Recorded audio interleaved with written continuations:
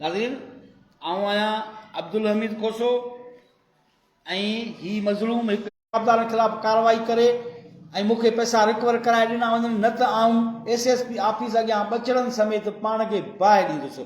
वधीक ही मुख़्तियार मज़ारी पाण आहे, उन खां असां पुछंदासीं त उनजो मौक़िफ़ छा आहे। जी मुख़्तियार। जीअं त आऊं मुख़्तियार मज़ारी आहियां, अॻ में बि प्रेस कई।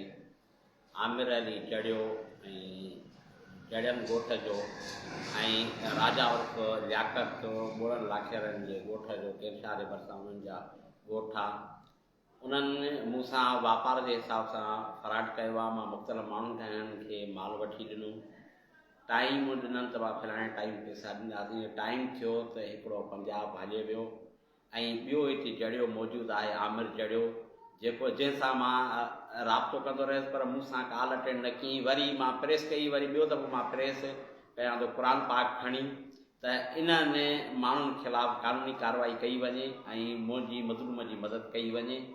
ऐं मां SP ऑफिस वियुसि, उते SP साहिबु मौजूदु कोन हो। उतां जे सेल्स कंप्लेंट्स मिलियुसि, उतां उन मूंखे एप्लीकेशन ॾिनी जेकी मां थाणे ते खणी आयुसि, NC ते कई, NC कराई। उन जे बावजूदि बि पुलिस उन्हनि ते का बि चढ़ाई, का बि कार्रवाई न कई आहे।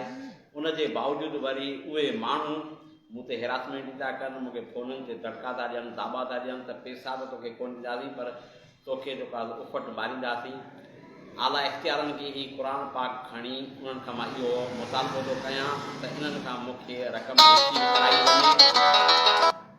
रिसीव कराई वञे, न त ॿी सूरत में मां SP ऑफिस जे साम्हूं ॿचड़ा वठी पंहिंजो पाण खे बाहि ॾेई साड़े छॾींदुसि।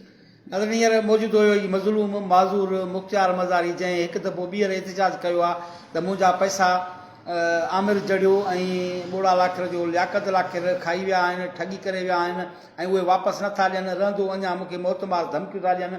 ऐं SSP DIG IG खे अपील थो कयां ही क़ुर पाक खणी त मूंसां इंसाफ़ करे मूंखे पैसा वापसि रिकवर कराए ॾिना वञनि, न त ॿी सूरत में आऊं SSP ऑफिस अॻियां एहतिजाज करे ॿचड़नि समेत पाण खे बाहि ॾींदुसि।